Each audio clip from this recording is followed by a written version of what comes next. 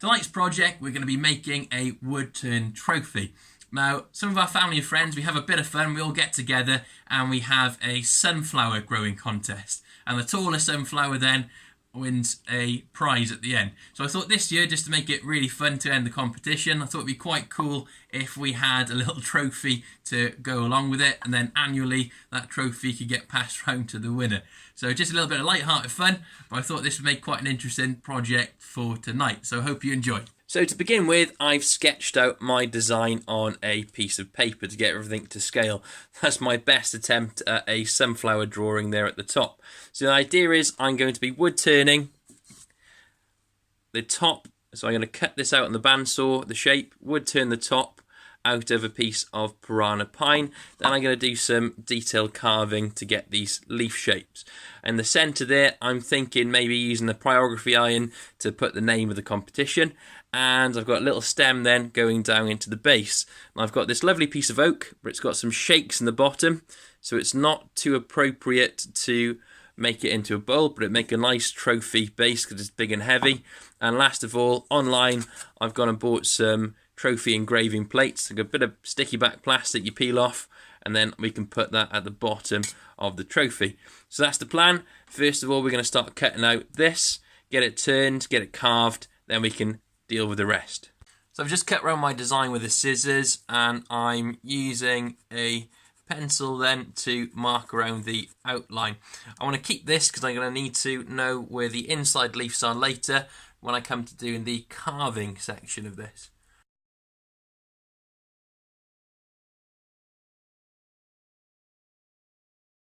So the design's all cut out now on the bandsaw, and I've used a Forstner bit to drill in a mortise. So this allows us to connect it to the pin jaws on our chuck. What I'm going to do is I'm going to turn a curved profile on the back, and I'm going to turn another curved profile going into the middle. I'm going to be using a bull gouge to cut the back profile. Now I want to turn this as fast as I can, because we've got all these little sharp edges that if we get a catch, they're going to fly off. Now the faster we can turn this, the less likely, as we're doing our tool movement, we will be to get a catch. Key thing to remember, these are sharp. You don't want to touch the side of the bowl with any part of your body, otherwise it's going to hurt.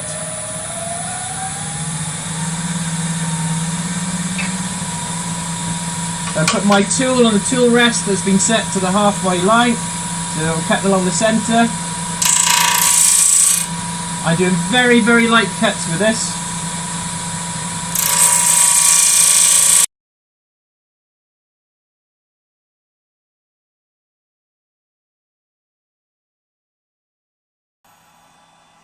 Brilliant, so we can see that we've got an angled sort of effect coming in there, quite happy with that. I'm going to mark out with a pencil where the centre of the circle is, so that's where I'm going to be turning into. So I'm going to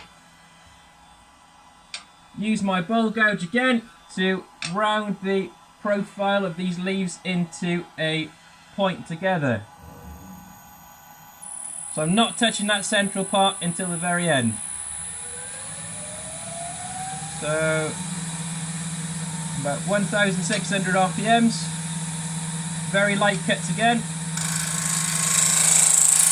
I'm doing a pull cut towards me, fast way of getting rid of that material.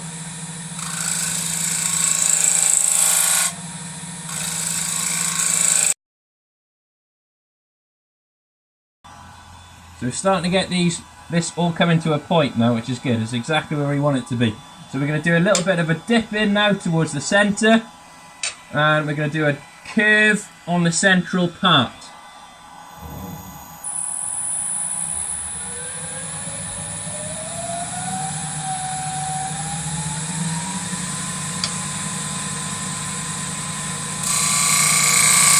So I'm doing a push cut now, and the way I tend to do that, I do all the work with this hand, the back hand.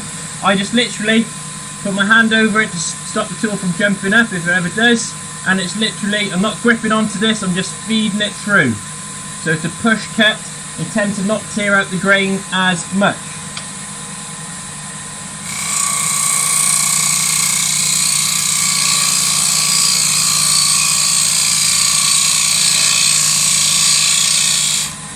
And if you're getting sort of shavings, really fine shavings like this, you know that your tools are sharp.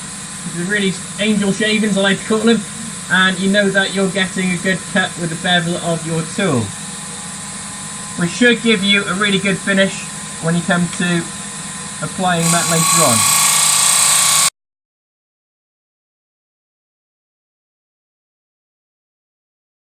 So just using the bowl gouge again to curve the centre out.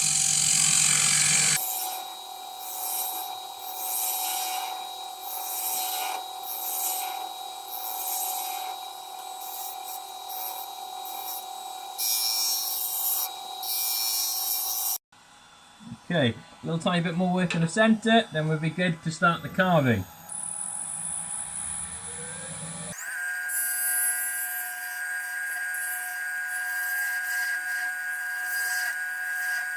Okay, so we've got round to the carving section now, which is exciting. So what I've done is I've drawn the pattern out onto the block of wood, and hopefully you can see in the camera we've got these little arrows. Now where these arrows are going, that indicates where I need to undercut with my carving. I'm going to do that all the way around, and hopefully that will make it look more 3D then. So I'm going to be using a whittling knife to do this. Really, really easy to do. I've given it a nice sharpen, and all I need to do is make sure my hands are out the way of the cutting edge, so I'm never holding the piece of work and working towards my hands. That's a recipe for disaster. So we're going to just make sure they're out the way, and we're going to score all these lines and start undercutting and handle whittling these. So that's going to take quite a lot of time, so what I'll do is I'll try and speed up the video so you can see the overall process rather than recording the whole thing in real time.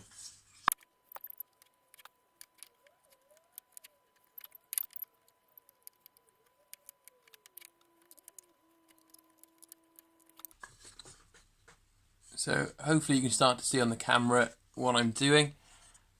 I'm trying to undercut this area here. So I'm following where my arrows are going, and I can start whittling this then into more of a leaf shape. Right, hopefully you can see. So I've gone around the outline of each of these shapes now. So done my undercuts. What I can start doing now is adding in the detail. So I've had a couple of hours of whittling away with the knife, and here's where I'm at the moment. So it's starting to look a bit more 3D, and I've blended the back in as well. So what we're going to do next is scorch it quickly with a blowtorch. This should help take any of the splintery bits away and give it a little bit of texture. I'm thinking we're probably going to put a wood dye, a yellow wood dye, over the top of this to make it come to life. Right, so lightly scorched it with the blowtorch just to give this a little bit of depth. And what we're going to do is I've got a really bright wood dye in a yellow we're going to put over the top.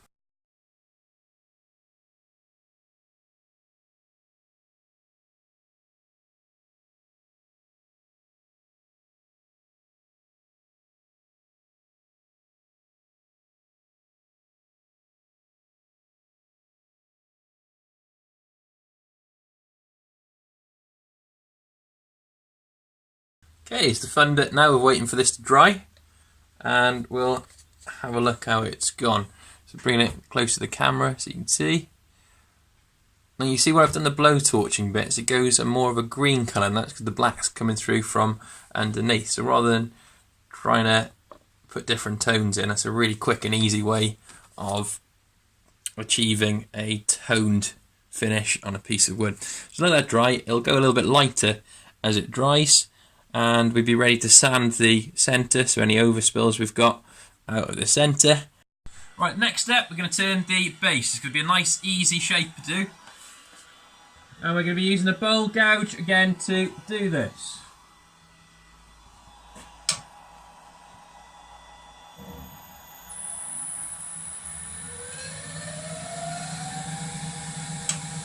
Just going to pull cut towards me. to flatten the face off, and we're going to want to go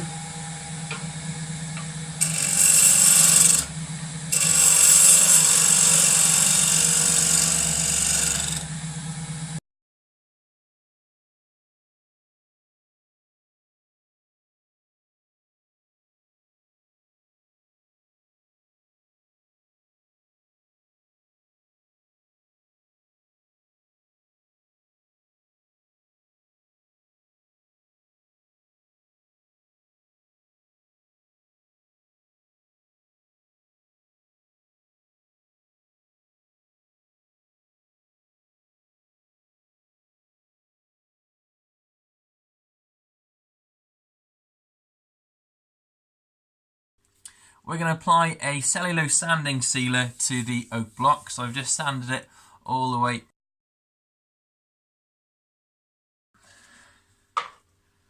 Going to apply this on with a paper towel.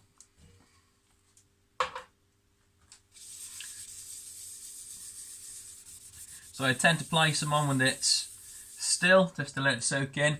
Then I'll apply a tiny bit more on when the lathe is spinning. So it'll help it burnish it into the grain.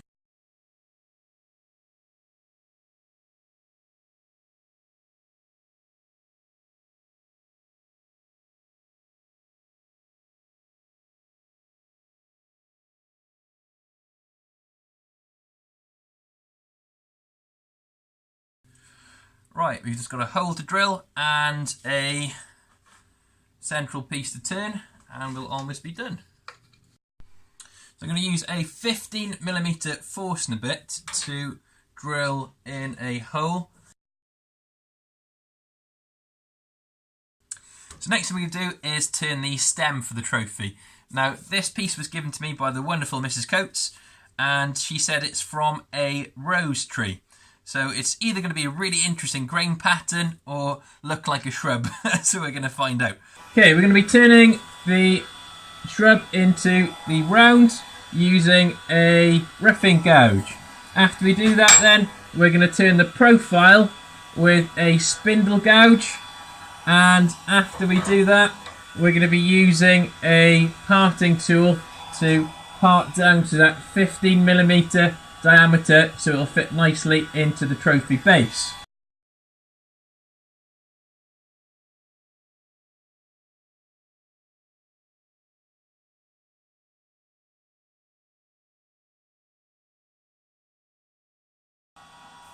Okay.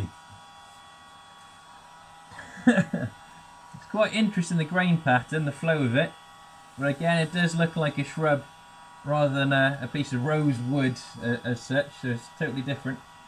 We're going to turn the section. I'm going to choose my most attractive grain pattern, and we're going to go for this bit here.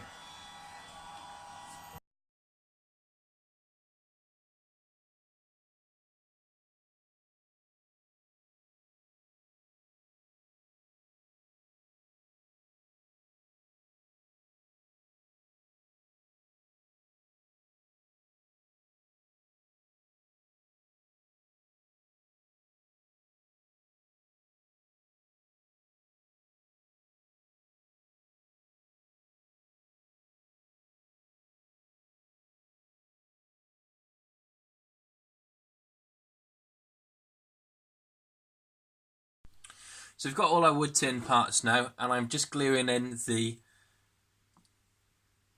transition from the base to the top of the trophy using some PVA glue, and all I've got left to do is some pyrography. I'm going to put in the Greater Sunflower competition using my pyrography iron. So all the pyrography's done. I've got the best handwriting in the world, so lets it down a little, but trophy's ready to be put together now.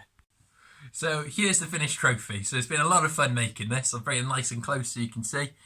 So here's the front all coloured up, and I even whacked a little logo in the back there as well to hide that mortise. So overall, it's been really good fun making this. I'm not sure if the winner of the competition is going to fully thank me for having this in the house for a year, but we'll see. Thank you so much for watching. If you have enjoyed tonight's video, please consider subscribing and I can get some more wood turning and woodworking videos like this your way. Hope you have a great night. Diolch yn fawr for watching. Nos da.